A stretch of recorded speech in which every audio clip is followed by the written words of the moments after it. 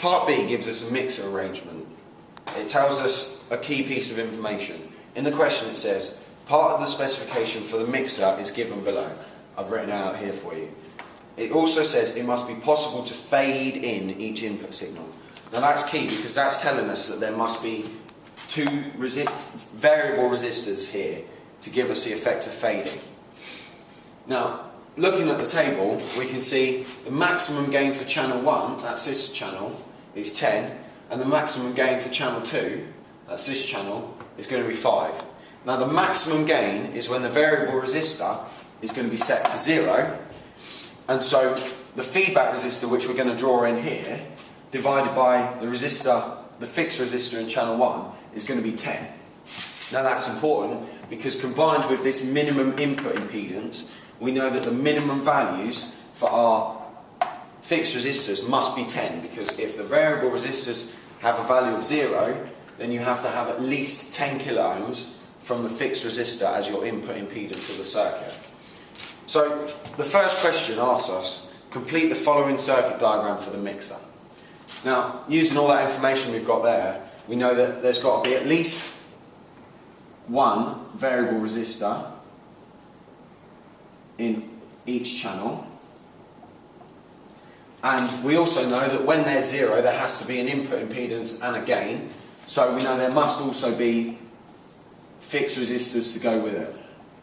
Now if you've seen through the notes and stuff, you know that the basic setup of a mixer is also going to be involving a feedback resistor up here to provide us some gain as well. Now that's most of your marks. It's a 3-mark question, and each mark is for getting that line right, getting that line right, and getting that line right. The second question says, calculate suitable values for the fixed resistors in the circuit. Now that's these. Now what you can do is assume that you've got 0 kiloohms here and 0 kiloohms here. So that means that that's just going to be the gain here, which is 10. So we'll start with channel 1. Channel 1 gain is 10 when that's 0. So we know that RF over Rn is 10. But we also know the minimum value for this resistor must be 10 kiloohms. So just take it as 10. Say that Rn equals 10.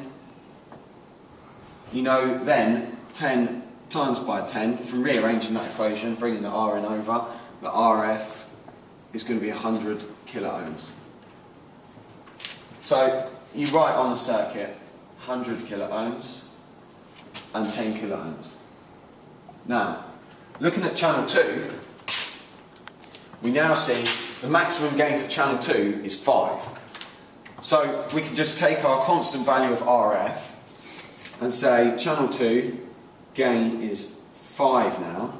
So we now see that RF over Rn is 5.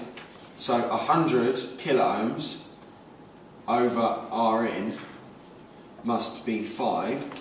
So then 100 kiloohms over 5 is going to be 20 kiloohms.